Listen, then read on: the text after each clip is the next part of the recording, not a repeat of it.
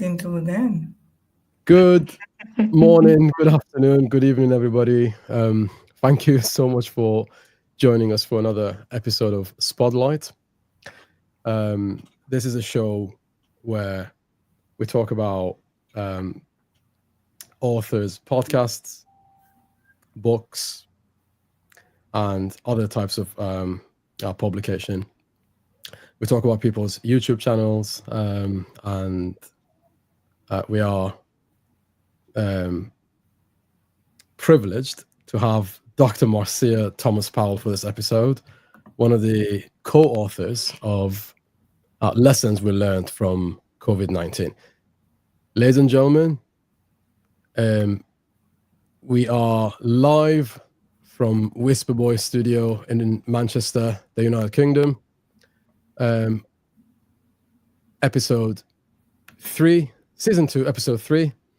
I am joined by Jasmine Ofori, our famous and lovely social media specialist, and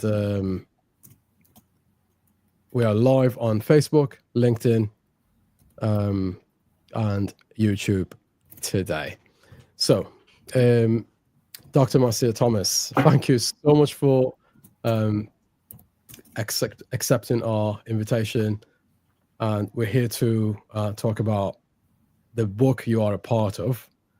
And first, we're gonna give you a few moments to introduce yourself to our viewers, and tell us what you do, and after that, we're gonna dive right into the book, which I'm really impressed with.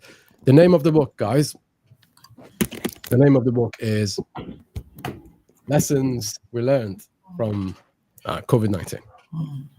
So, Dr. Marcia, floor is yours. All right, my name is Dr. Marcia Thomas. As you have said, I am a Christian leadership consultant, life and career coach. I'm also a motivational speaker, a trainer, and a best-selling author. Lessons learned from COVID, and a leader like you. I empower Christian leaders, 35 and over, to females, to master their calling, do what they love, and align it to God's agenda. And so I help them to balance their faith, their career, and their family, and to just soar. I am married, and I have 2 grown children, my son and my daughter, and grandchildren too. So that's the sum total of who I am. I love to laugh at my own jokes, and I am very serious about life. That's fantastic. Thank you so much, Dr. Marcia. For our lovely friends who just joined the show, I just wanted to let you guys know we have one of the most phenomenal co-authors of this amazing book, Lessons We Learned from COVID-19, on the show today, Dr. Marcia Thomas-Powell. Jasmine, have you received your book yet? Oh yes, I've got my book. Yeah, I've been reading it. I've actually been reading about Dr. Marcia's story and how she went through COVID, and the bond between her and her mother, and how that was a struggle for her during that process. So I'm so keen to learn more from her. Yes, I'm excited. Oh, that's excellent. That's fantastic. And Jasmine, a few words about what you do as the representative for Whisper Boy England, and also your own company, Jew Digital. Please go ahead. Okay, so I work closely with Cyrus in terms of promoting books, and also we work on the podcast. And what we do is we deliver value. We talk about social media, branding, and all things relating to digital marketing. And we collaborate together basically to support each other so that we can uplift each other in our area of expertise. So Whisper Boy is well known for podcasting. He's creative, funny as well. He makes working with him much easier, and I enjoy working with Cyrus. He produced a lovely track for me, which I've actually been using in promoting my first virtual event, which will be taking place on December the 6th between 1 p.m. till 5 p.m. EST. So yeah, thank you, Cyrus. You're making me look fantastic with your beautiful track for Due Digital. So what we do at Due Digital is we work with coaches, we work with consultants and event hosts to promote, their events. So the background you see behind is something that I design. You will see a lot of social media posts on, LinkedIn and everywhere. I've been creating the designs, promoting Leslie Flowers, her book, The Possibilities of Irada. I've been part of that project and it's been successful so far. So I'm very keen on working with anybody who's looking to promote their books, run ads, or basically for me to manage their social media account. Just book a chat with me. I'll probably leave my link in the Calendly and we can chat and let's see how I can help you. So that's me, Cyrus. Whisper Boy, over to you. Thank you so much, Jasmine. And by the way, you already look and sound fantastic. And I know your advertising campaigns on Facebook are quite famous. I'm one of the users anyway, so I'm happy with that. So now, Dr. Marcia, thank you so much for joining again. Now, one of the questions that we have for you,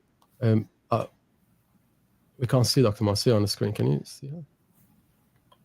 No, I think I'm having, I don't want to miss your program, your podcast. I think I'm having some issues in my camera. So if you can hear me. Oh, okay. Yeah, I can hear you. Yeah, that's fine. So, Dr. Marcia, yeah. sorry to interrupt. Feel free to take off the background. Yeah. Your background is fine. You don't have to have it. We need to hear from you, your fantastic story. Oh, okay, So I'll do just that. feel free to do so. Yeah.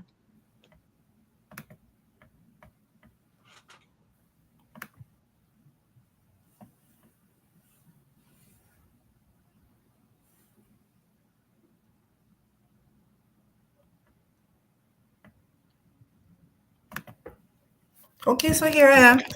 Thank you so much, fantastic. Doctor. Okay, welcome back. Okay, so a question that we have the first question we have for Dr. Marcia is, in the book, one of the area of focus is resilience and growth. So I was just wondering, what specific challenges did you face during COVID-19 pandemic, and how did that shape your understanding of resilience and personal growth? If you have an example in mind. Well, one of the challenges that I face is that I was not able to transition or speak with my mother face to face because we were living in two different countries, and I was accustomed to visit 3 times per year, and she got sick, and so that became a serious challenge. And then because I was a leader of an institution, I found that one of the challenges I had was to help persons to adjust to the new norm of handling the COVID crisis, the emotions that ran up and down, the isolation, the changes that they had to be adjusting to, the fact that they had to get permission to even shop. You have to set an appointment, you have to wait in long lines, you have to be navigating family and friends, those who were not in your province that were supposed to have met up with you much later, you could no longer see physically. Deaths, you could not attend your own funeral, you had issues with your wedding setup, persons could not celebrate with each other. Those were serious challenges that pulled on the resilience of people more than anything, and the uncertainty and the economic instability pressed heavily on the persons around me and also on me personally. So those were areas that we had to be adapting to, we had to be changing our mindset, we had to be navigating. And that in itself could be overwhelming at times. It was quite pressuring, your expectations that this would pass.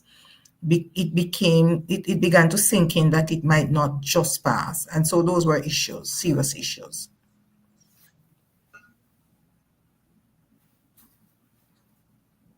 And so... Thank you so much, Doctor.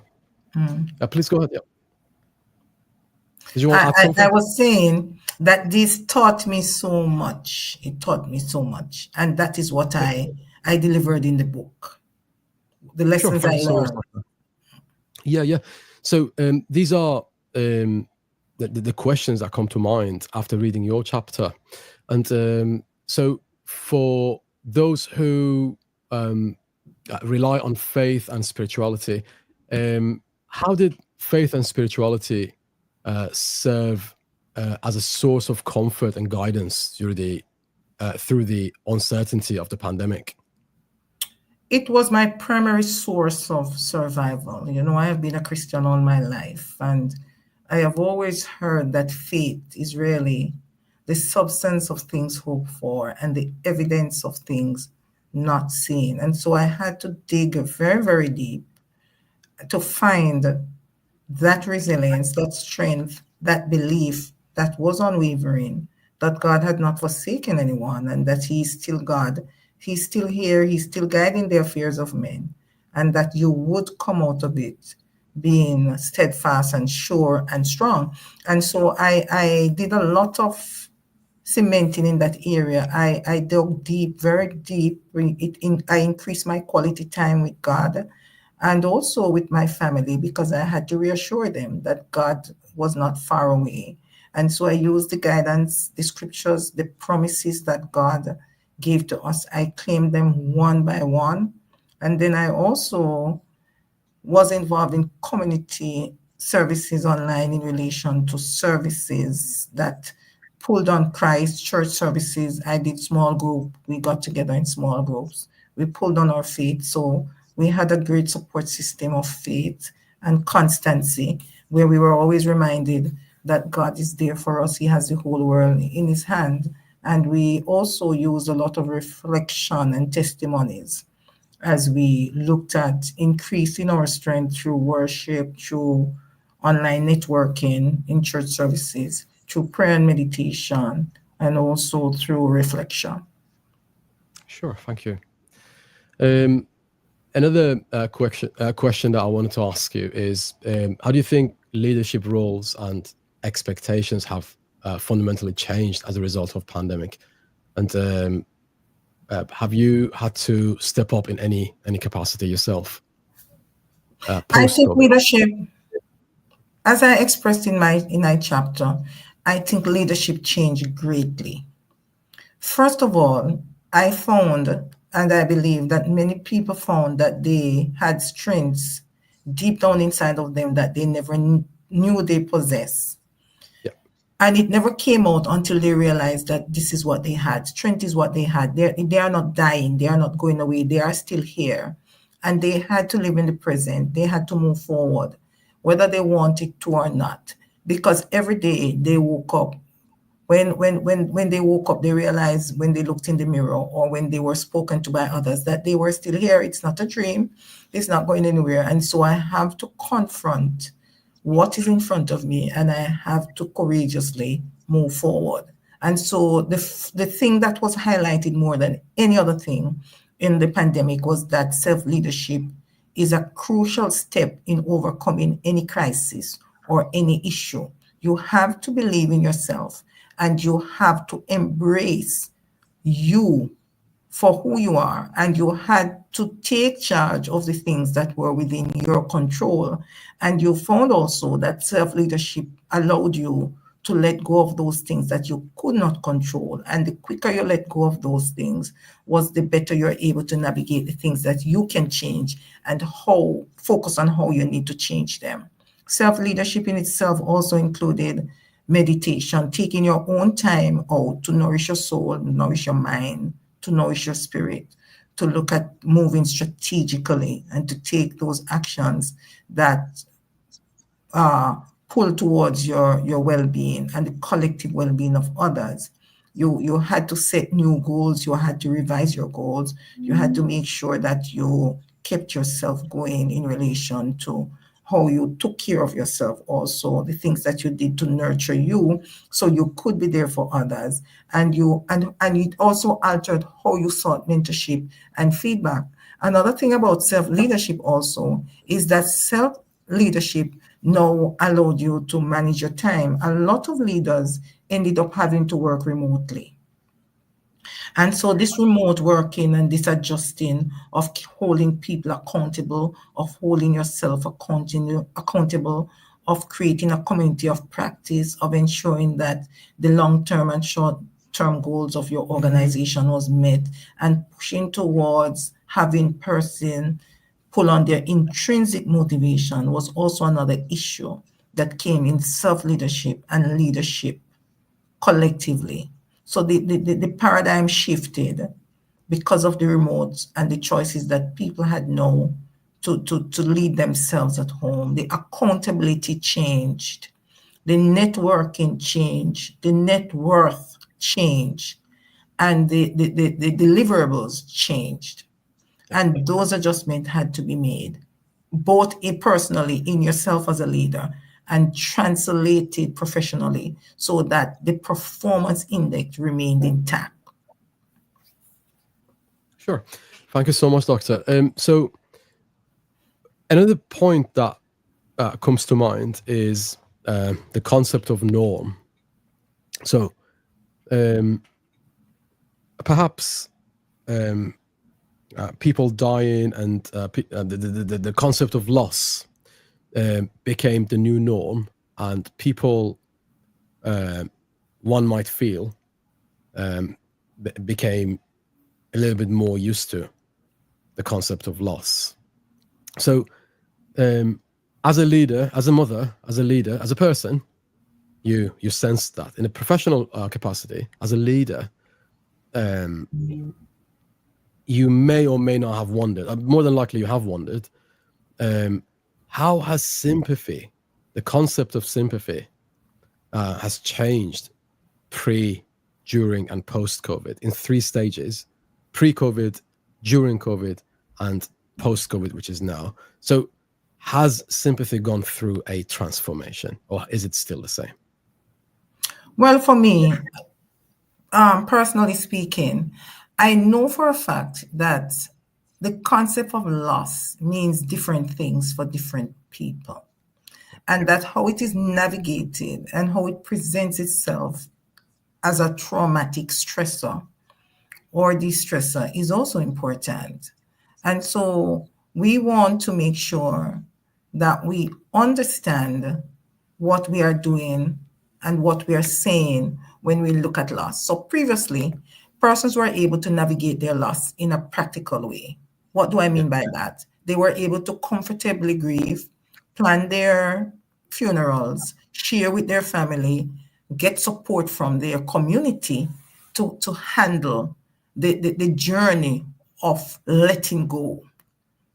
During COVID, that became a terrible, deep, personal loss that ones could not get over, and some persons to date have not reconciled because they were not able to nurture them when they are sick and be at their bedside and work with them, and were not able to actually transition to create the process and to put it together to send off their loved one in the type of way that they would have wanted in many cases during COVID.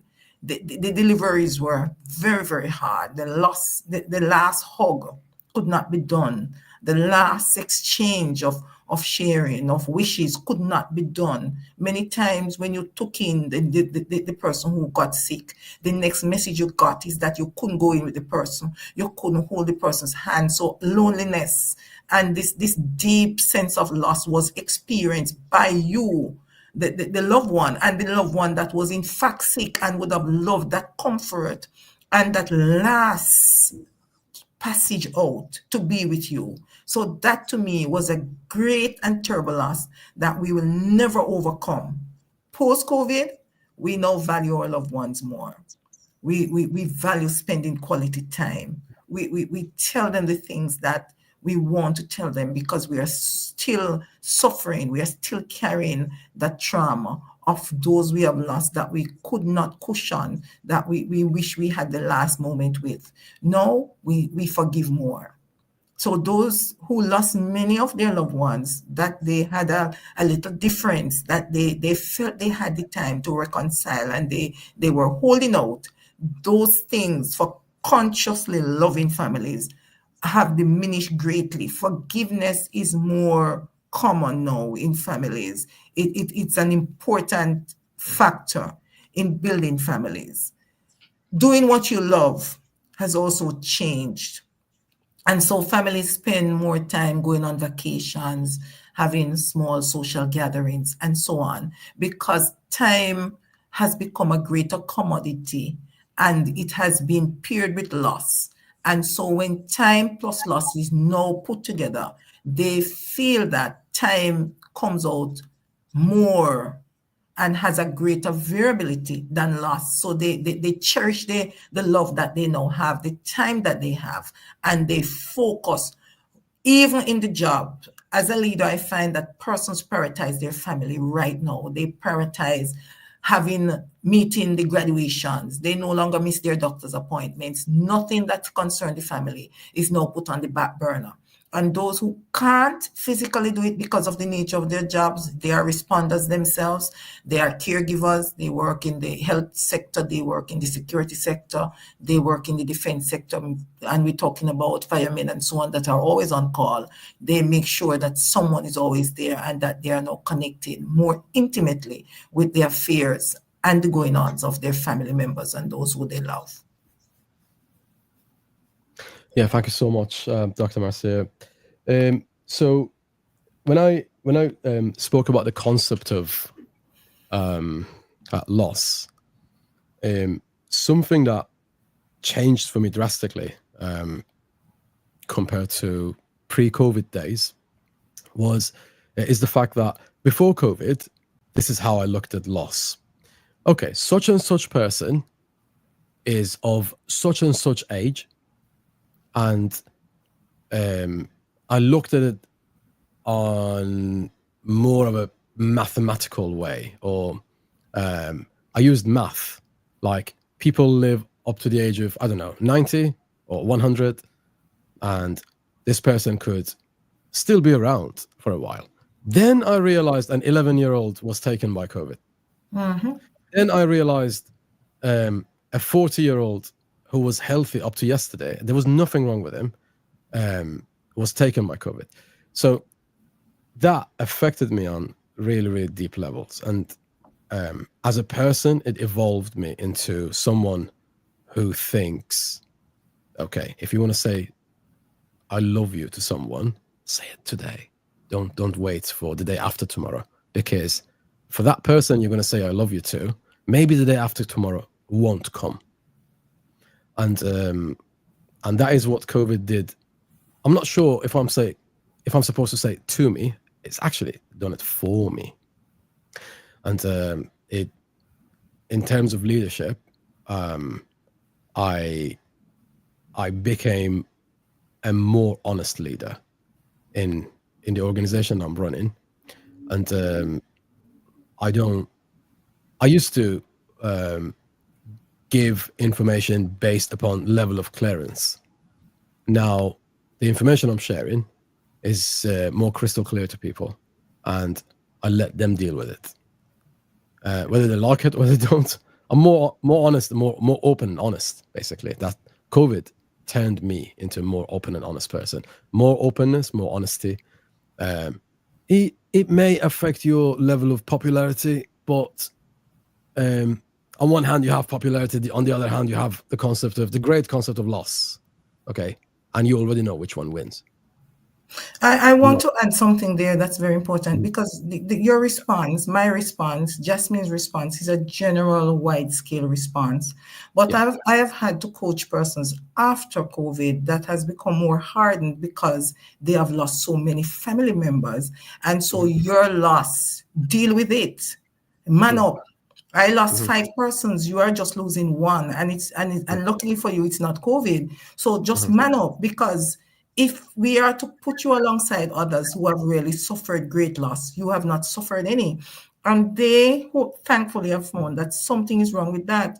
1 loss, 5 loss, 7 loss can mean the very same to everybody, depending on what you think you have lost and what that loss means to you. And that's why we say grieving is a complex process, and loss is a very complex dynamic interchange with between your emotions and the environment in which you now exist. And so loss post-COVID, we cannot ignore the fact that it has hardened some persons and that it has taken some persons down the slippery slope of bitterness, and bitterness in such a way that they have become less empathic of persons who have loss, because they have experienced, endured loss, and in their mind, it was an unfair play, it was an overwhelming play, it is something. Yeah, you made a great point there, Dr. Marcia, in terms of how people take loss, and somebody will take it in a positive light, somebody might retract and go into deep depression. So I suppose time helps to heal, but some people never come out of that negative mindset. So it's down to the individual and how they wish to respond to that trauma or that loss. Yes, I agree from where you're coming from. Yeah, it's complex. Regarding this book, can you hear that now, Jasmine? Can you hear the music? Yes, I can. Yeah. I've wrote a song, and I've written a song, and we're going to listen to a little bit of that. This song was it's called Lessons, and the lessons we learned from COVID-19.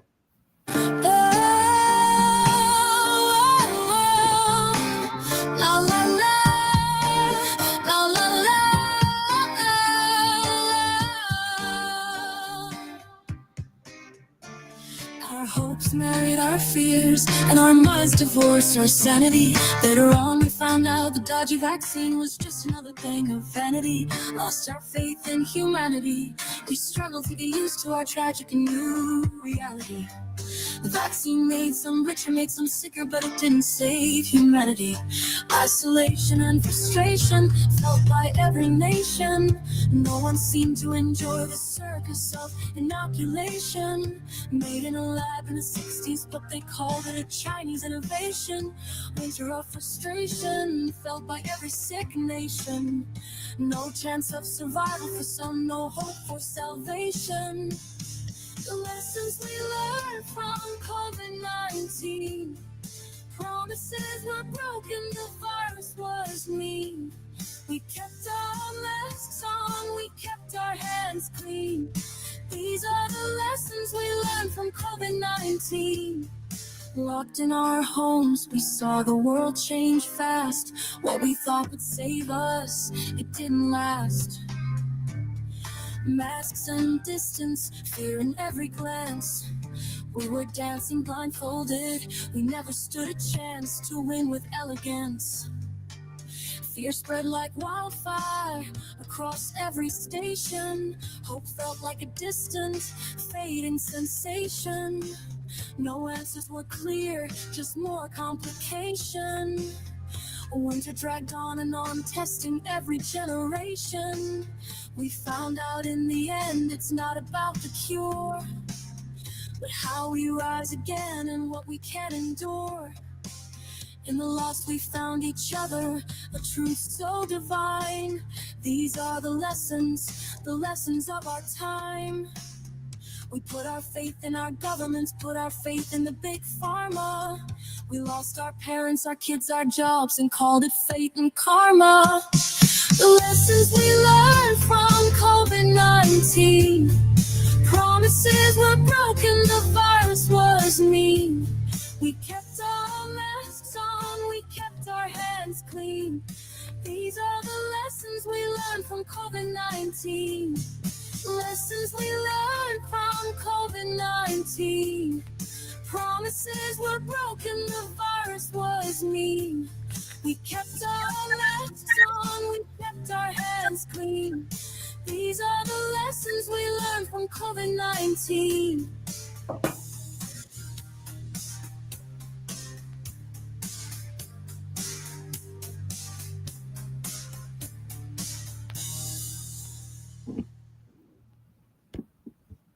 Thank you so much for listening. So this was Lessons, a song which we wrote about the lessons we learned from COVID-19. Very important book. The book is available on Amazon. If you guys live in the United States and Canada and Australia, please go to your version of Amazon. If you're in the UK, please go to amazon.co.uk and find the book Lessons We Learned from COVID-19. If you're going to amazon.com, the same.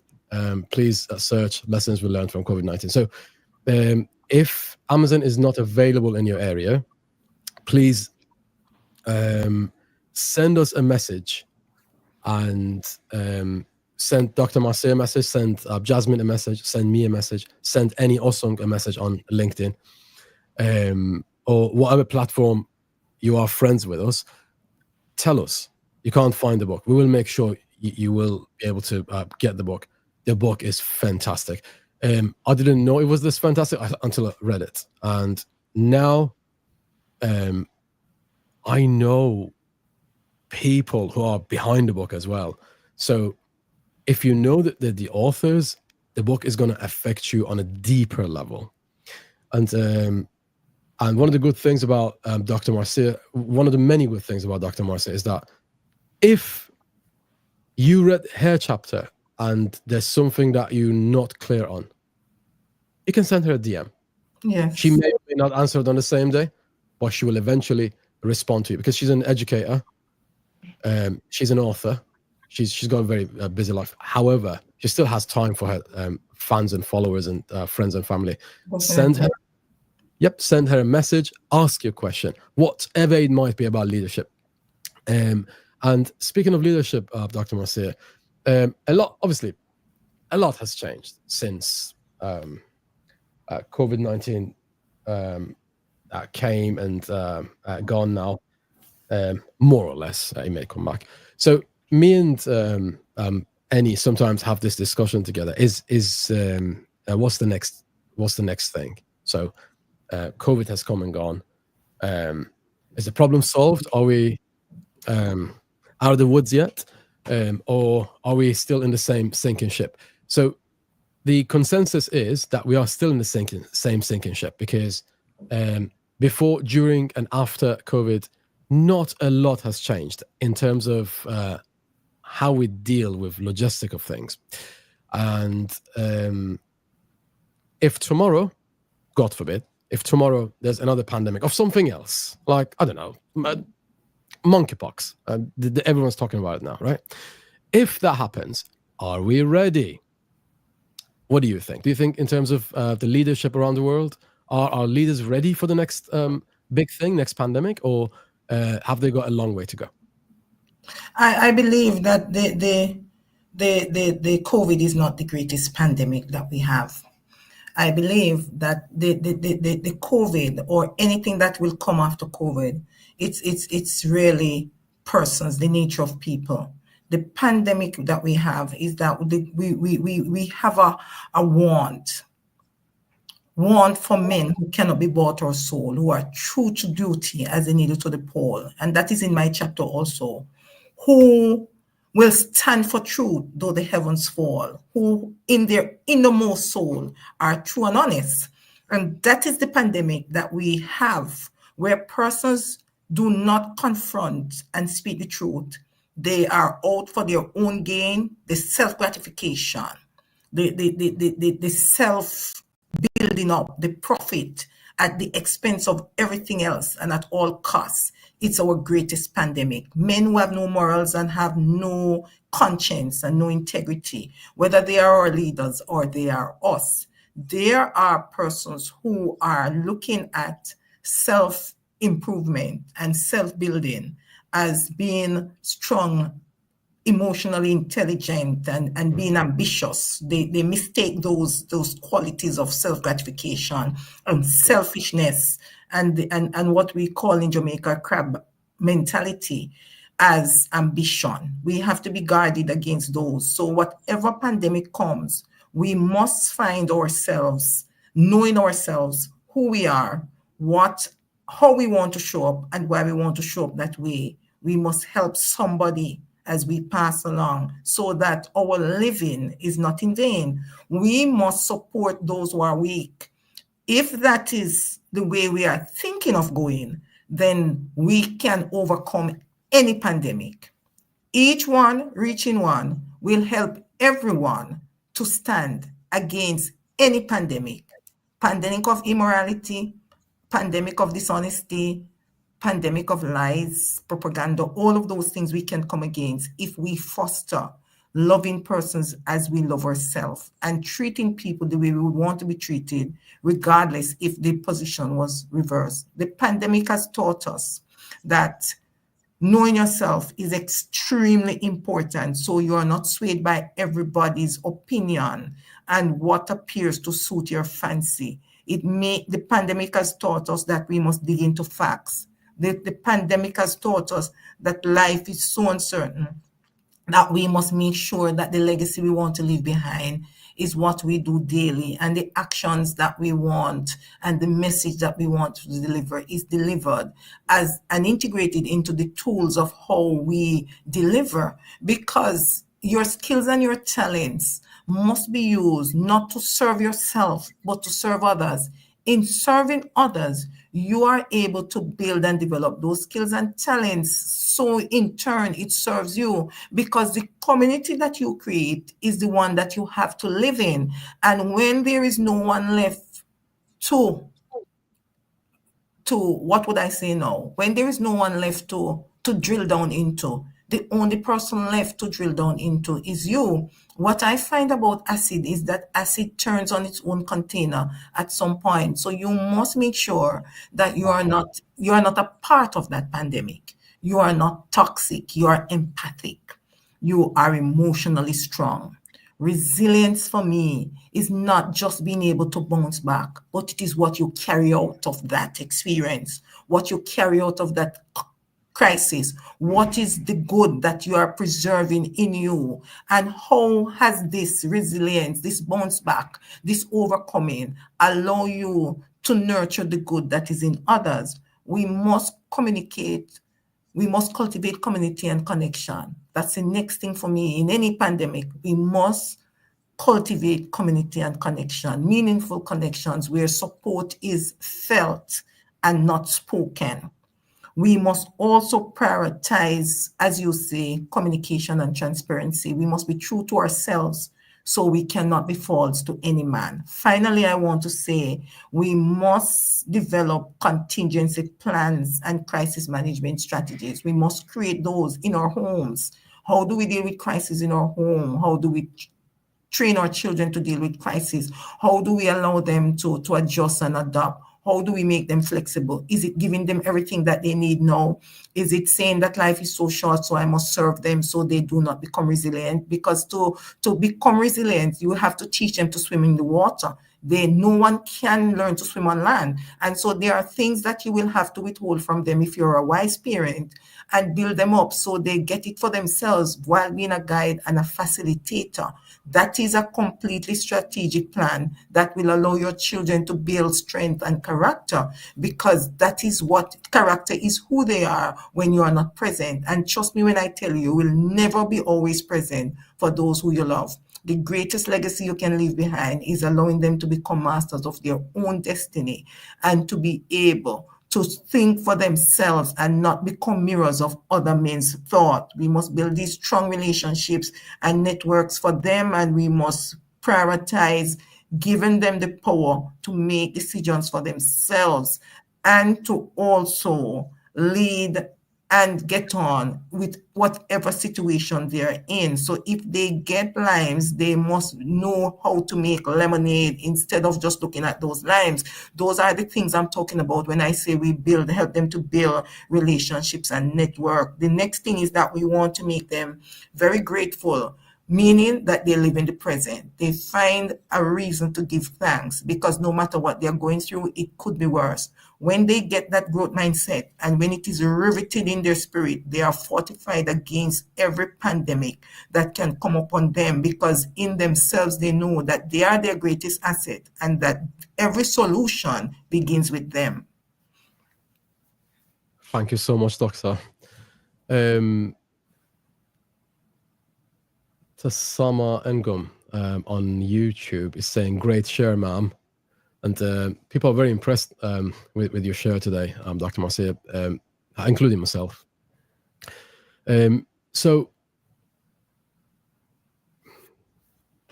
there's a few things. There's a few things that that is on our minds, but we don't necessarily speak them because we are worried about getting cancelled. We live right now. We live in a post-COVID, post-wokeism kind of environment. All it takes for a leader to get cancelled is sharing the unpopular opinion.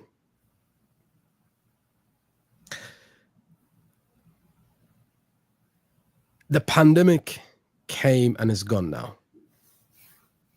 There were millions, perhaps billions of dollars, internationally speaking, right, spent on a vaccine that never turned into a vaccine, because by definition, a vaccine, once injected into your body, stops you from getting a certain type of illness.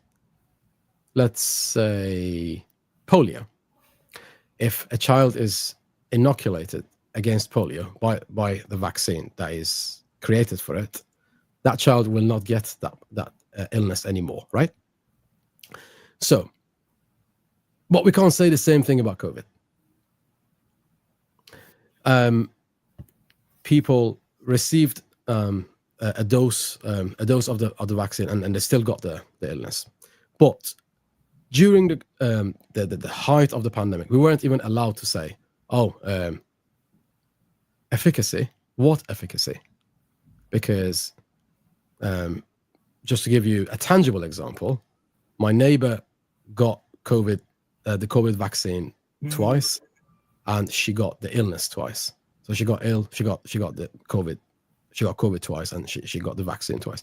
So these things were the same things that we weren't allowed to say, because the leaders who were leading us, they were functioning from a position of fear.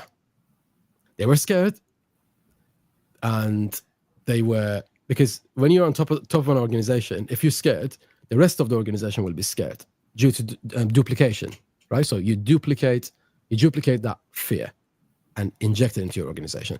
So as an example, if the prime minister of a country is scared, what happens to the rest of the nation? People get the vibes off you. They become scared. So when our leaders came to the TV and sat down in front of the cameras, they were scared because there was no guarantee what's going to happen the next day. We weren't sure how long we're going to stay in a lockdown for. We weren't sure are we going to have a vaccine tomorrow? Because we were promised one, right?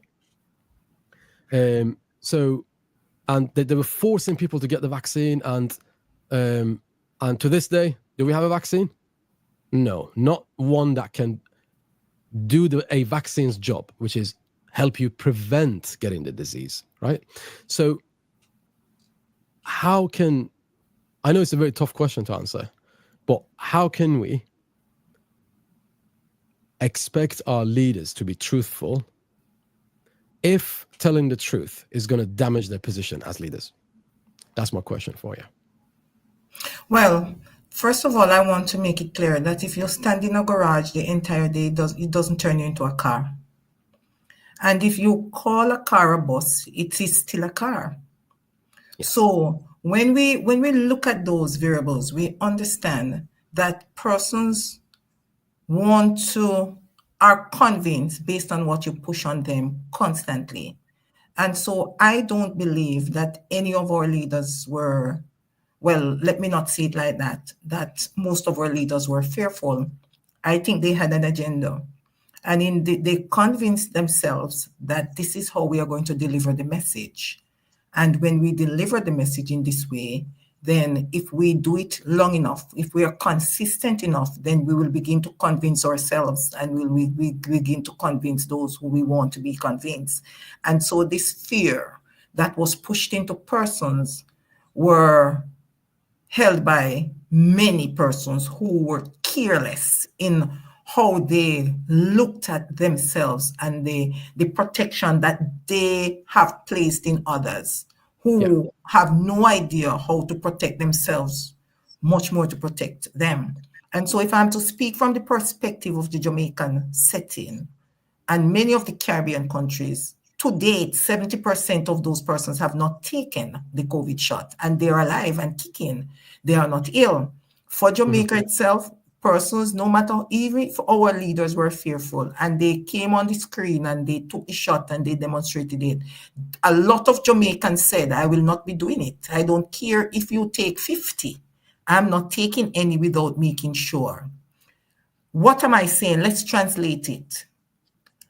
Leaders who understand why they are leaders, and that leadership is a calling and it is a divine responsibility, say the truth lovingly and give persons the choice to do what is best for them. Okay, and now, so, I'm so sorry for stopping you there. The leader is getting paid by an organization, right? And some of our leaders are in someone else's pocket, sadly. Okay, and that's the truth. Is there any way to change that leader who is a megaphone for someone else's agenda? Is there any way? And so the confusion I'm having, Cyrus, my confusion lies in the fact that if you're being paid to lead, then you're a leader by default. You are not a leader. Yes.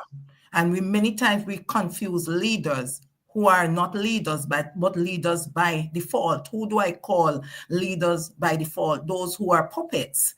And so when a clown enters a palace, it doesn't make him a king. It makes him it turns the palace into a circus. And so when we make that differentiation, we understand if we're talking about leaders or we're talking about puppets. Of course, there are numerous puppets out there who call themselves leaders, but those persons find themselves in a dilemma, because what I find is when you are used sufficiently to carry out the ends of cowards, then you yourself is turned upon. And so eventually that leader will find him or herself so unfulfilled that many times they turn on themselves, they get very bitter, and they become leaders who are picky, who are very distrustful, who feel that persons cannot have an opinion, who macromanage, who feel that persons are out to get them, who are very unkind, who become narcissistic, who become egotistic, who are lack knowledge and lack team building skills. Their communication is one-sided, and they have a shut door policy, do as I say and not as I do. Those are the puppets. Let's talk about real leaders. Real leaders cannot be bought nor sold. What real leaders do is that they partner with persons based on their core values and what is it that is the mission and the ultimate choice that persons have to make to build lives, to serve the community, good governance, to talk about how they build communities of practice and environments and people, and how it is that they are able to envision themselves when they go to bed at night. So effective leaders are authentic in themselves, and what they do is they make hard and very tough decisions in the best interest of who they lead. And they say to them, I am not in agreement with this, but these are the options you have. Make your choice. Whatever choice it is, I will support you. They seek to become masters of their own destinies, and they teach persons that way. I find that organizations who get results and whose performance indicators are met value leaders who are strong and who can, in any event, pull people towards being their authentic self pull people towards being loyal to that organization in the ways that they can show up and in the capacities that they are responsible to show up, and pull people to appreciate and value their knowledge and seeing themselves as their greatest asset. Pull people to see how they can collaborate and how they can put their perspectives together to solve real problems that will be for the betterment of them personally and the collective body, and who they take it upon themselves to serve. Effective and real leaders understand what it means to use their strengths and capabilities and their skills and talents to serve others and to make life better for others. Those who do less or who miss those marks because of selfish gain, self-gratification, popularity, because they want to get the money into their pockets, find that when all is said and done, they have not contributed much.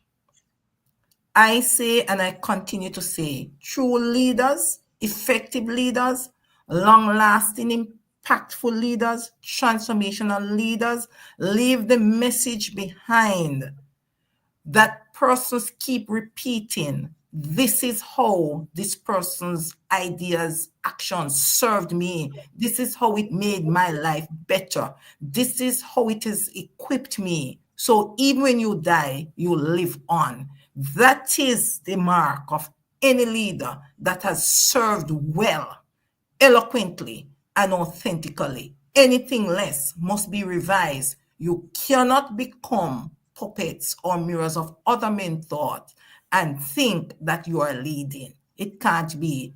Even if they present to you with what your responsibilities and goals are, it is your interpretation, it is your motives, and it is your actions that put them into practice, that make them be felt and make them have the cascading effect that it has. How you show up is very important. There is no one in the world that expects you to be the exact likeness of them. No one. If your role is to fill a bucket, and that's all it is, then your role, anybody can carry out that role. If your role is to carry the bucket, to serve those who will need the contents of what is in that bucket, if you're able to do that and persons are able to fill that bucket with what they have and help someone else who would need what is in that bucket, then you are leading. Leaders create leaders, and leaders make people become masters of their own destiny. Anything less is a joke. Dr. Marcia, you're fantastic. I'm loving this conversation.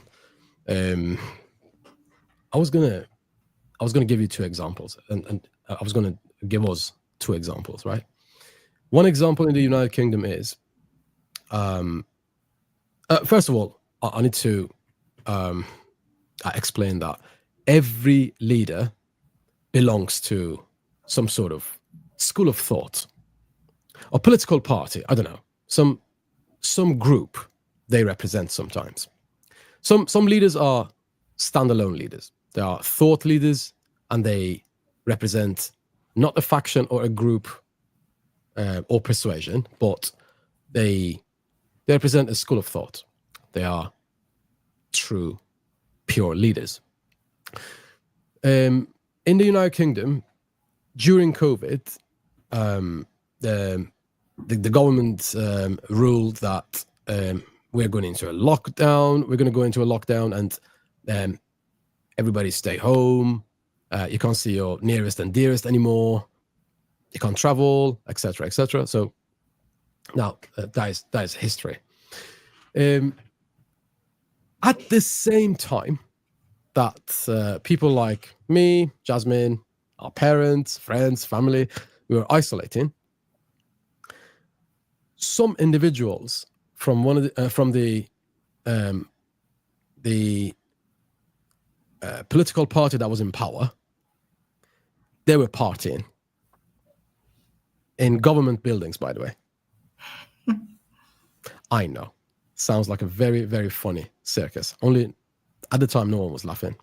So ordinary people did the same thing, and each one of them got fined around £1,000 or something in the UK. And the government set an example out of these people, right? Like ordinary people did exactly same thing their leaders were doing. Think about it, right? So again, the power of duplication, right? So when you partying, you can't tell people, do as I say, not as I do, right? And they were laughing and joking about it, and it is recorded on camera, by the way. The camera had been left rolling, and it was recording. So they were laughing and joking about it, etc., etc. And then that event found its way into the news. Then there was an investigation. Then it went further and further and further. Then the prime minister got fined. So, and he paid the fine, and they let him off, etc., etc. People, though, this is the beauty of power of people, right? People, on the other hand, they didn't forget it. They memorized it until the day they were asked for their opinion. So, when the elections time came, when people voted for their favorite party to win and govern the country, if this party, they are called the Tories. If Tories hadn't made those very avoidable mistakes during the COVID, they would have won the election again. Okay, they did not win the election, and they didn't get the votes that they needed simply because of the mistakes they made. Very avoidable mistakes, by the way, right? So their leaders got it wrong. When the leaders of a party get things wrong and turn things into a mess, then people will hold that mess in their hearts and in their minds, transform it into a message, and deliver it on the next election. And in one of the few countries where you can see that mess to message is the United Kingdom. That's the strength of this nation, right? So they might grit their teeth, and they might smile and move on. However, be careful on the next election. Now, my message to the current government is, please do not make the same mistakes that the previous government made. Otherwise, you will be the next to lose your position. And another country that I'm not going to mention their name because it's not a country where I live, so I don't have experience in there. But I'll just give you, I'll just refer to that country for you. There's two political parties in there. One had a representative, the other had a representative where everyone said was hated because of their political views and their views on how a woman should be treated, etc., etc. And they have very questionable ideas. However, they won the election. And they won the election because the other party's ideas were extremely more ridiculous. And their ideas couldn't be further away from the truth and reality. They were extremely disconnected from reality. What did that nation do? That nation sat down and thought about it. Okay, so they sat down and thought about it for a few years. And they were like, okay, you are altering the truth. You're not paying attention to the truth. And we've seen your performance during COVID. And this nation needs some sort of overhaul, some sort of evolution and revolution. They ended up voting for someone they didn't really like, but they still didn't vote for the other person, whose ideas were even worse, and their track record was even more questionable. So people will remember, okay? The truth will prevail, okay? So the message to the leaders is, if you're doing something that you shouldn't be doing, please remember, the mess you are making will turn into a message, and that message will be delivered by your people to you soon enough. So, Jasmine, you have experienced, I mean, you and your organization have experienced COVID, and as a mother, you also experienced COVID yourself. As a leader who self-leads first, because I've worked with you, I know that you always lead yourself first, and then you lead your organization. So you manage yourself first, then you manage your organization. What changes have you gone through before, compared to before COVID? And what is it that you have changed? Or, I mean, if you haven't, please let us know. Did you change, just like Dr. Marcia Thomas just mentioned? How was it that you went through change in terms of your leadership style? Okay, so in terms of the organization that I have, Drew Digital, was actually born after, COVID set in. But previous to that, I believe my emphasis now is more on collaboration, empathy, and kindness, because at the end of the day, if people come into your organization, you don't know what they're going through on a personal note. And if you don't get to know them, then how can you understand how best to serve them?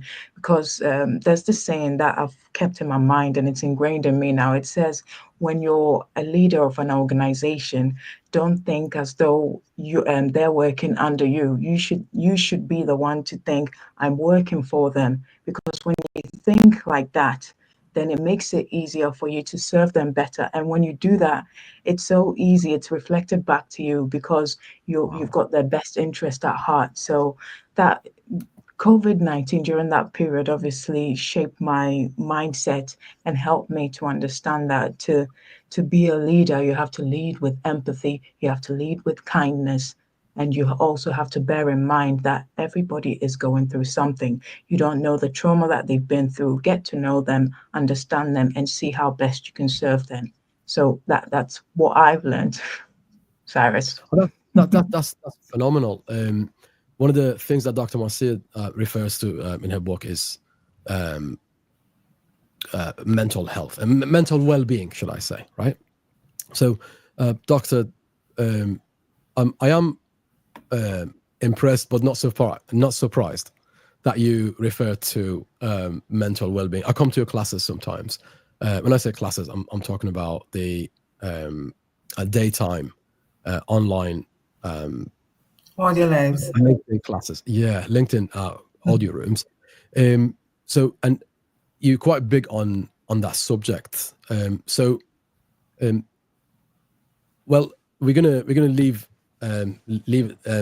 let people read that chapter of yours for themselves. But would you be ever so kind to mention a few words about the importance of mental well-being and focusing on it in the post-pandemic world? Yes, I am very, when I experienced COVID as a leader and I got through, I realized that self-care is very important for leaders, especially preparing for crisis by preparing yourself. I believe that you cannot give what you don't have. And if you think that, then you're mentally unstable. And I'm saying it in a very loving way. There are persons who push themselves. They miss their doctor's appointment. They miss their family get together to work, to serve other people, to meet other people's need. And then they get a burnout. They suffer from compassion fatigue. They suffer from betrayal. They suffer from the ungratefulness of persons who you think need you more than anything else in the world. The COVID pandemic made us realize that that's not so. Persons don't need us as much as we think, regardless of the positions we hold, but we need ourselves. Our bodies and our minds is where we live permanently. Even when we die, we take our bodies and we take our mind. Whatever was put in our mind is what we take, because when you die, you know nothing. But the last thought is taken with you. So you cannot shake your mind and you cannot shake your body. And so you must maintain your mind and you must maintain your body. When somebody loses his or her mind and get a mental condition, that is the part of you that you miss the most, because that is your seat of reason, your seat of decision making, your seat of conscious action, your seat of development, your seat of progress, your seat of forward thinking. Your life goal and fulfillment is dependent on your mind. Your mind is your first call of thought, vision, and action. Whatever your mind can conceive, you can achieve. So the Bible says, and because I'm a Christian leadership coach and a Christian all my life, that you must nurture your mind of all things, because you must have that mind that is in Christ, like Christ. Let it be in you, that mind. When you have that mind, it means that whatever things are pure, true, honest, of good report, if there be any virtue or any praise, he says, think on those things. And so the mind, to me, is the most important part of any leader. First of all, when you're able to think clearly, your decisions are made more intentionally and purposefully, because you have the confidence that you know what you are about and why you are about this and what will be the benefits of what you're doing. The second thing about that is when you have a clear mind, you are able to serve others holistically, meaning you see the good, the bad, and the indifference in others, but you pay attention to what you want to develop in them. And so your mission is now to build those persons and to support and to preserve what is good in others. So that is how we build people. We help them to get over their limitations, get over themselves, and to get out of their heads, especially those who are experiencing self-doubt and who have limitations and who carry their trauma and their burdens with them. If your mind is not intact, you do not understand what it is that you're doing. First of all, I want to clarify where I am with that in relation to leadership. I believe that leadership is a divine calling. And when you're appointed to lead, you're either placed in an institution to change yourself or to change others.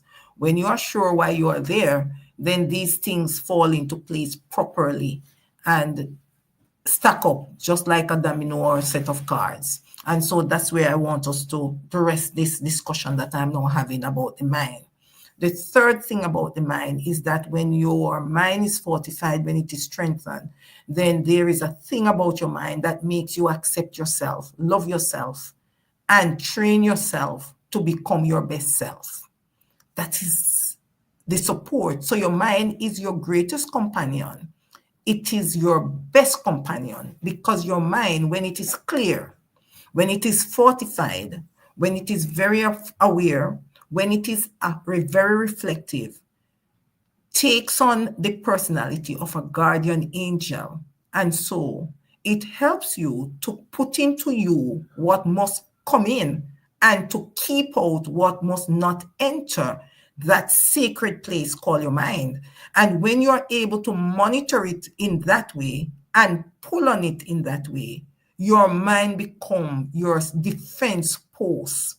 It becomes your guardian angel, as I said. It becomes your compass and it becomes your savior, because you are able to determine, be good judge of character, delegate properly, not take things personally, give constructive feedback, know when to be silent, when to speak, when you must allow people to show up for themselves, when you are to allow people to burn up their own selves, when you are to allow persons to transition from your organization, and when you're actually to nurture them. Your mind that is clear and focused and intentional helps you to do all of that. So I say, in fortifying your mind, you must engage in meditation. You must be given wisdom from a higher source. That source does not lie within you. That source is outside of you, but it plants itself in you. We call that source prayer. We call that godliness. We call that God. We call that the Holy Spirit. We call it whatever it is, but that is the one that guides you into all truth, and that works on your mind. And when it works on your mind, it does not leave out your heart, because whatever is in a man's heart, that he does, but it is put there by the mind. When it is put from the mind into your heart, it is fortified in your spirit. So together, you become unbeatable. That is why some persons achieve great and marvelous things, because their mind and their heart is in sync with their why and their divine destiny, and it is translated in their life script. That's phenomenal share, Dr. Marcia. I can't have enough of your shares. So in terms of the next question, before we go to the next question, we would like to mention one of our fantastic sponsors. We're going to have a quick ad, and after that we'll come back to the next question. There is no power greater than love. Imagine, what if there was a world beyond what we can see? What if our dreams were not just dreams? What if there is a place where we can live and love in peace and harmony? What if a science fiction romance wasn't fiction? Get ready to lose yourself with Lee and Van in a romantic adventure that up to now was just a fantasy. You will discover love has no boundaries. Explore the complexities of connections that span across galaxies and the heartwarming reminder of the power of love. Leslie Flowers has been blazing trails for the business leaders for decades, leveraging the laws of achievement and timeless success. Principles. Already an acclaimed writer, her new book invites you to explore what could be. With a passion for exploring the human condition and the mysteries of the universe, Leslie invites you to come along on this interstellar journey that will stay with you long after you finish the last page.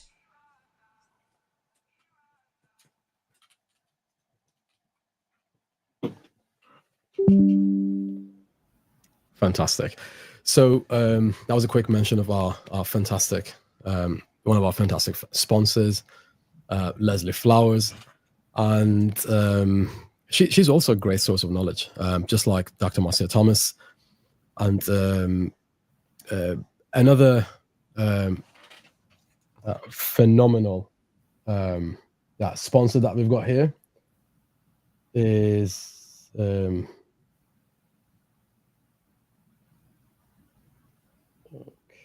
the next one. Okay. We know the customers you love and your favorite trends. Joe Digital is here, where your advertising friends will boost your social views with a trendy blend. With Jasmine Uphory guiding you, your success will never end.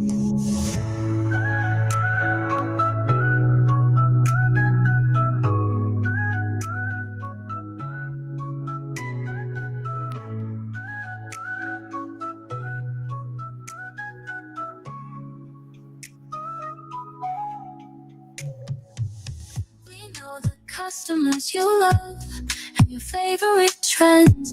Q Digital is here, where your advertising friends will boost your social views with a trendy blend. With Jasmine Uphory guiding you, your success will never end.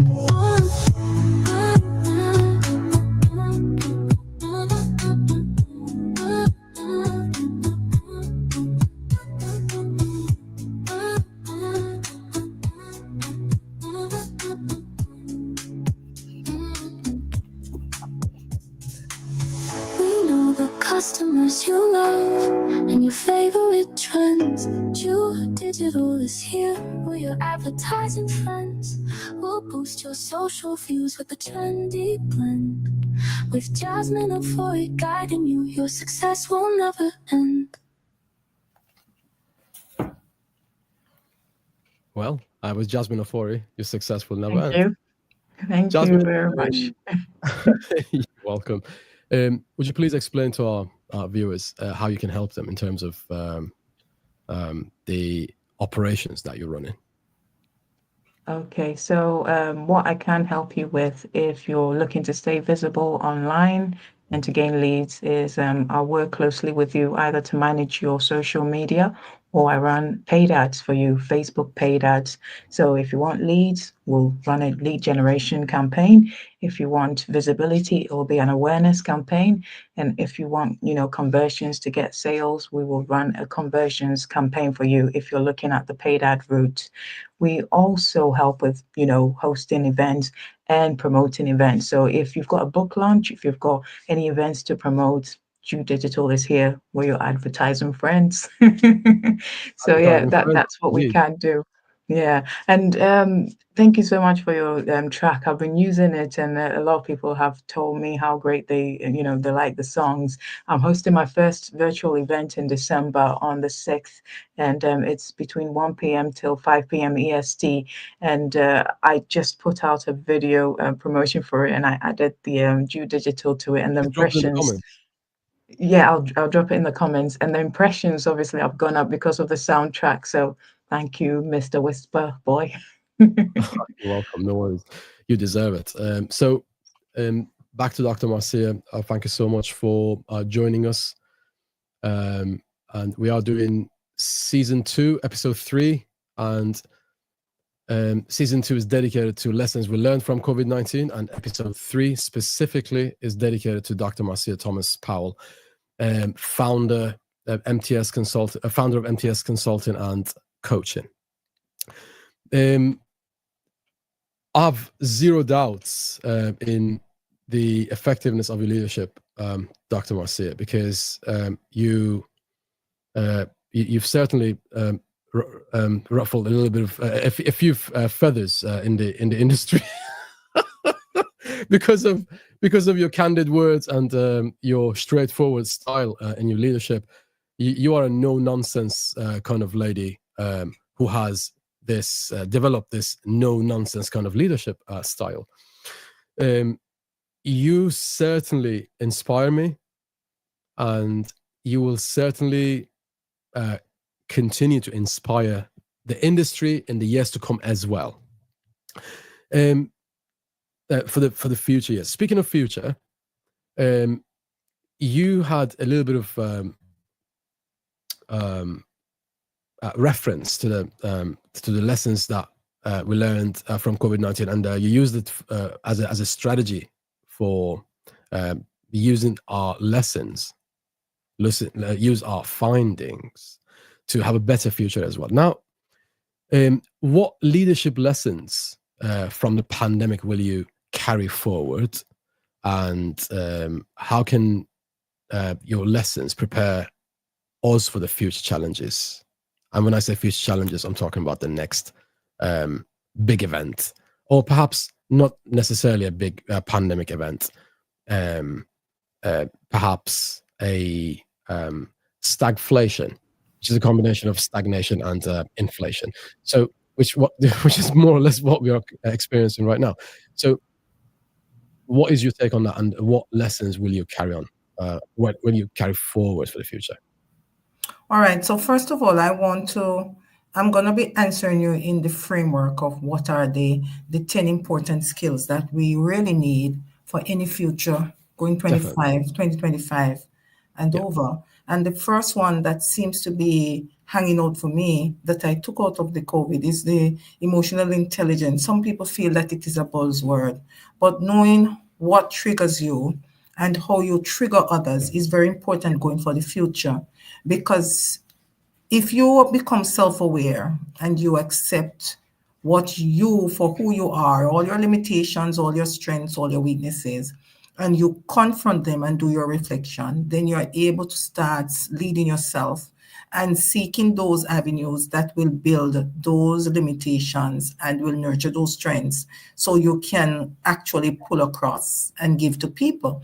And so how people trigger you is also very important, because that will allow you to know how to navigate and how to prepare yourself to interact meaningfully and connect with those who you now lead or who you have to embrace or whose perspective you have to pull out. And that will make you more adaptable and open and flexible in your thinking. And it will also allow you to be more inclusive and accepting of diversity, which is a pull for the future in any workplace, because the COVID has awakened in persons that this is not what I want, this is what I prefer, this is what I can have, and has also made them understand what it means to do side hustles. And so they are not so dependent anymore on the hybrid or the fixed setting. And so you have to understand that and have that social intelligence that will guide you and guide others and also prepare you.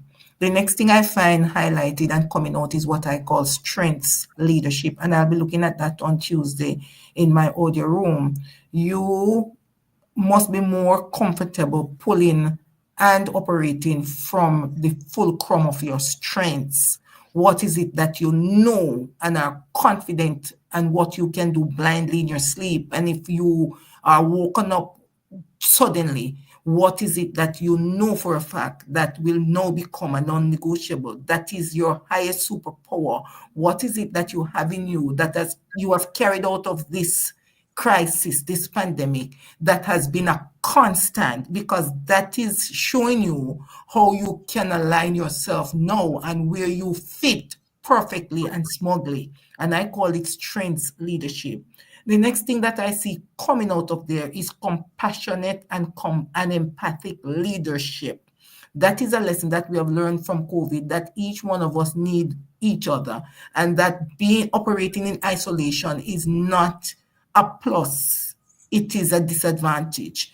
And so in our going forward, we have to focus on collaborative endeavors, how each of our strengths can fit into what we call the crossword puzzle of the new norm and the workplace, and how we can become affiliates in pulling each other towards that destination of significance and success. The next one I find is highlighted is authentic leadership, which is really your brand. What is it that you do and do well? What is the message that you want to carry? How do you plan to deliver this message? And who will need this message more than anyone else? How can I frame and put this message together so that I benefit and those who I want to serve are properly impacted and transformed and be better off? So those are the ones that I put there. The final one for me is reflective leadership. And reflective leadership for me is, who is your source? Who is your source? What is your source of wisdom? What is your motivation? What is your interpretation? Who or what guides that interpretation?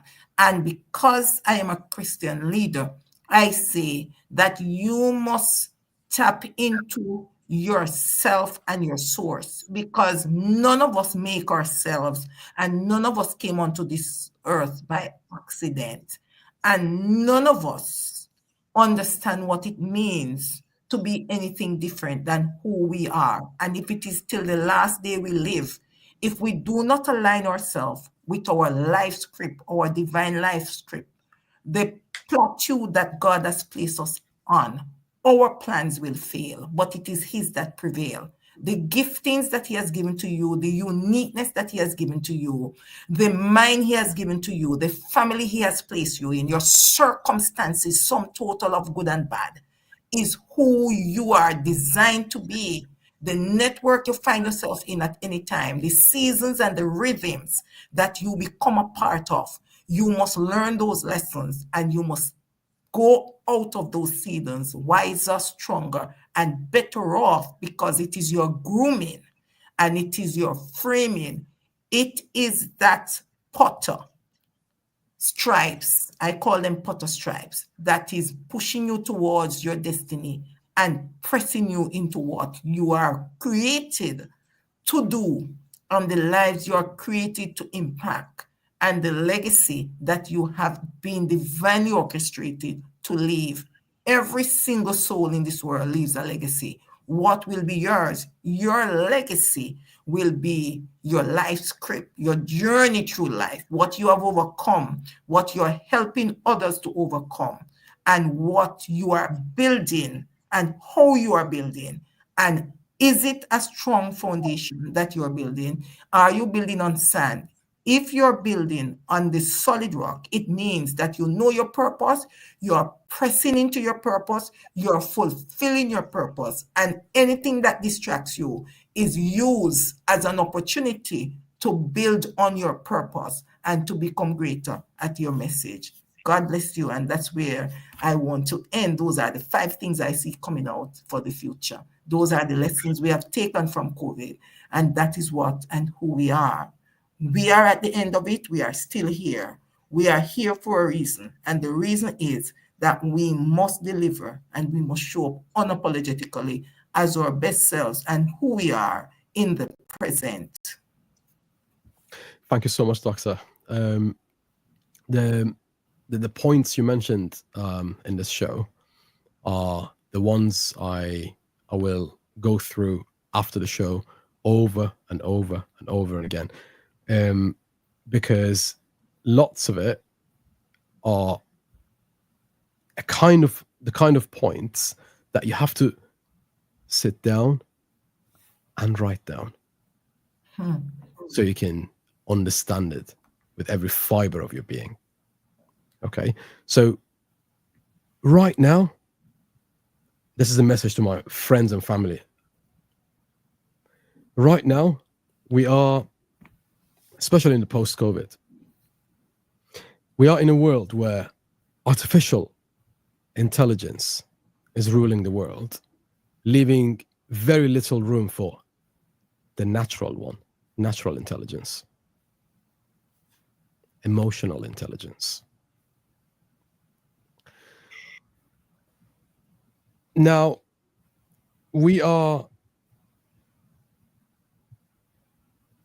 living in an ocean of information, and yet we're thirsty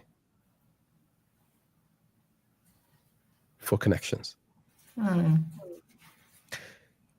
We have a lot of resources for knowledge, and yet we believe in what other people's agenda is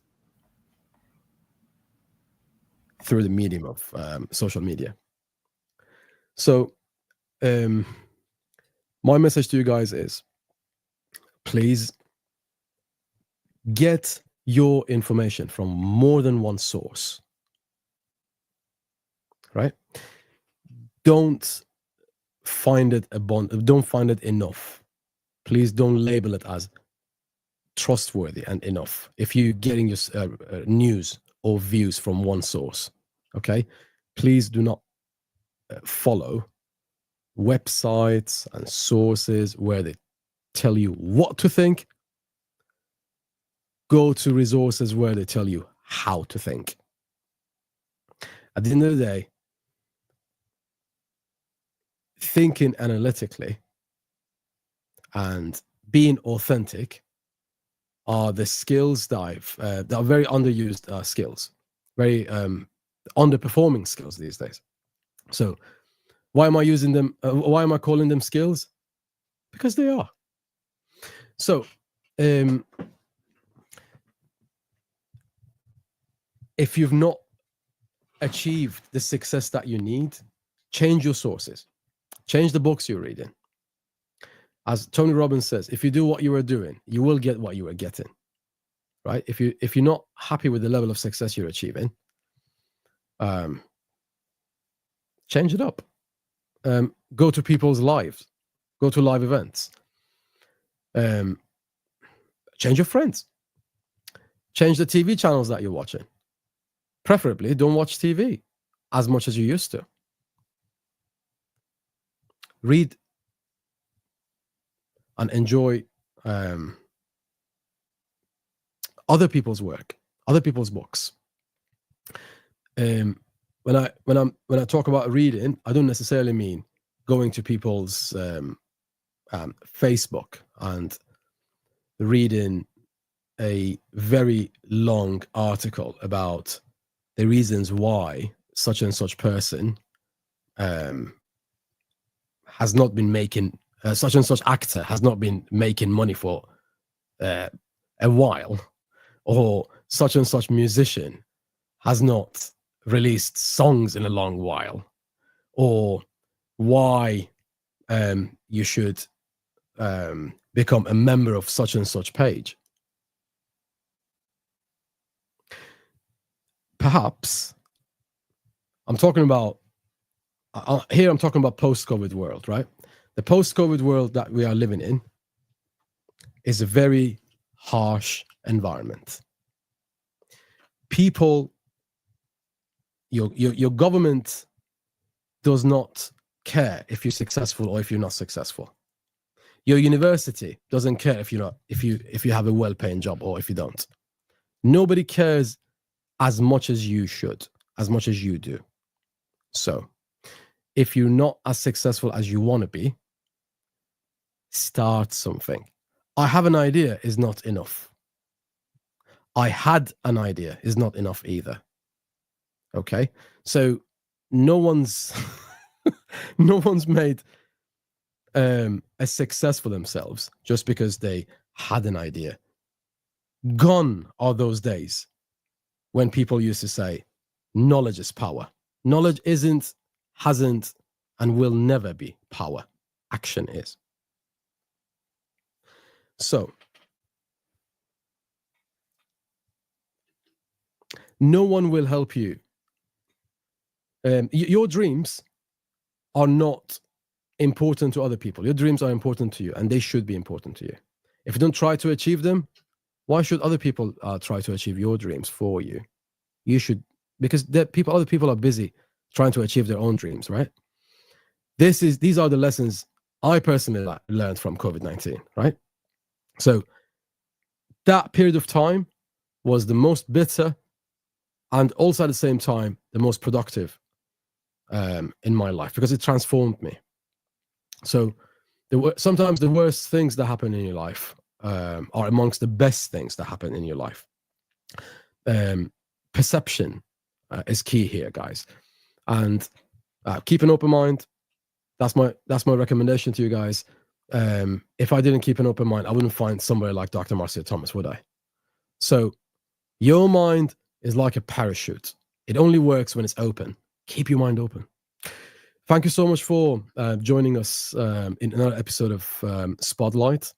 And Dr. Marcia Thomas-Powell, you are an author and a leader who deserves to be in the spotlight. And I feel proud that I had this fantastic session. I will definitely watch this show, and when I talk to people about it, I will ask them to go to such and such minute and such second of the video and watch the highlights of your of the gems you really dropped in, which I'm grateful for in this episode. Jasmine, thank you so much for joining us. Any closing comments before we bring the show to an end? Yes, as you were speaking and as Dr. Marcia was speaking, this post that I came across, which I've now ingrained in me, and it's actually on my desktop, came to mind. So I'm going to read that, and then I'll leave it for today. So this is by Mitchell Wiedemann. I hope I've pronounced it correctly, but this is what he's put. He says, the person you'll be in 5 years depends on the food you eat today, the skills you learn today, the books you read today, the habits you create today, the conversations you have today, the people you spend time with today. So COVID COVID-19 has taught us a lot, and this book is a start. So get lessons we've learned from COVID-19 and start your journey into your 5-year plan, your 5-year goal. And that's it for me. Jasmine, you're fantastic. And I'm so proud to have found you. And you're certainly the gem I found in 2024. And I'm so proud of you. Dr. Marcia Thomas, thank you so much for joining us in this episode of Spotlight. Any closing comments, Dr. Marcia? You're on mute, Doctor. Yes, I want to say, and I always end by saying, to thine own self be true, and thou canst not be false to any man. That is really the superpower of leadership, knowing who you are, your why, and how you want to deliver that why, and how you want to show up. And show up as yourself, your genuine self. Treat others the way you want to be treated was the position reverse. And also, if we want to focus on life, the opportunities, if we want to make the most of them, resilience is the sum total of what you have been through. But resilience only benefits anyone if we focus on what we carry out, what we have survived, how we have survived, and we make it our mission to help others to develop and understand what is it that they carry out from anything that they go through. I am very honored to be a part of your spotlight. I want us to go out and look at the lessons learned from COVID. I want us to write our own stories and build our own legacy so that we will have something to use, to always reflect, to always have as our reference, and not our residence, because what we refer to is not where we ought to live. We refer to these things so that we can see how far we have come, and we can nurture those things that are good enough and what we need to carry us forward. And when we are able to do that, then we would have changed the life. We would have become significant, and our significance augurs for our success. Because for me, success is a journey and not a destination. There are different levels of success, but at every point, significance always overrides the success, meaning that it is as we lift others that we lift ourselves. Thank you for having me. Thank you, Jasmine, for the knowledge you shared. Thank you, Cyrus, for the inspiration you bring. And I want to thank all my followers and all my connections for the support that they have given me over the period. And I also want to use this opportunity to highlight my masterclass that is coming up that will be looking at divine alignment. It is a paid masterclass, I'm sorry, because of what it entails, but it is at a minimal cost, a very minimal cost. It is going to be the cost of 3 of your bread, and so your favorite bread, whatever it is. And so please don't be worried. And that's where we're stopping for this evening. I'm looking forward to start my registration next week. And when you register, you will get your date and your details. Thank you so much for sharing and for having me. Thank you. Thank you so much, Dr. Marcia Thomas-Powell. Thank you. Jasmine, thank you so much. And we're going to close the show down by playing lessons we learned from COVID-19.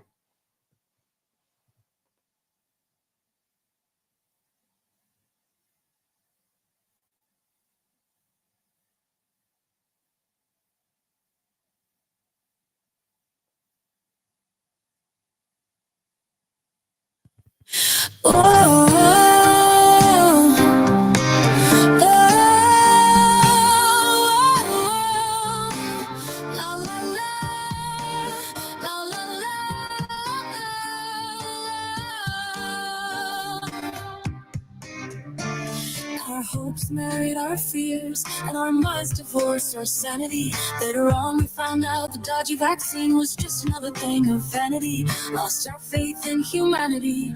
We struggled to get used to our tragic and new reality. The vaccine made some richer, made some sicker, but it didn't save humanity.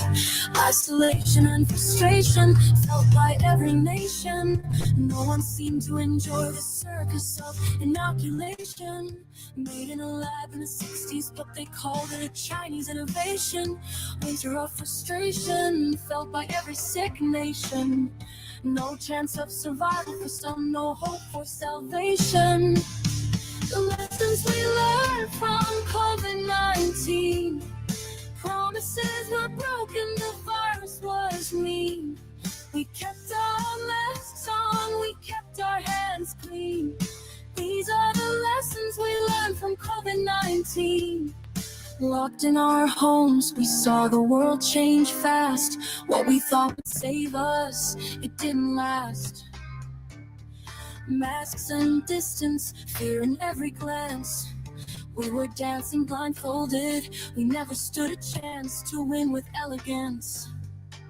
Fear spread like wildfire across every station. Hope felt like a distant, fading sensation. No answers were clear, just more complication. Winter dragged on and on, testing every generation. We found out in the end it's not about the cure, but how we rise again and what we can endure. In the loss we found each other, a truth so divine. These are the lessons of our time.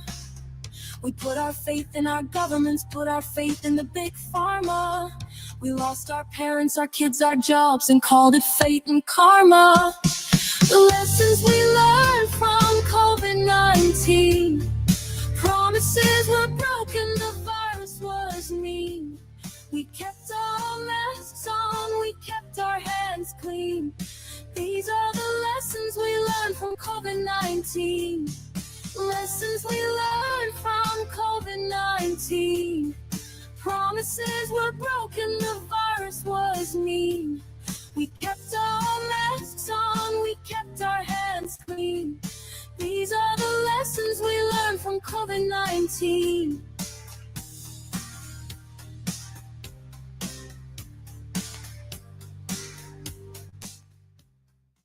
These are the lessons we learned from COVID-19. Thank you so much for joining us for another episode of Spotlight. Stay well. See you guys in the next one. Take good care of yourself. Bye-bye. Bye-bye, everybody.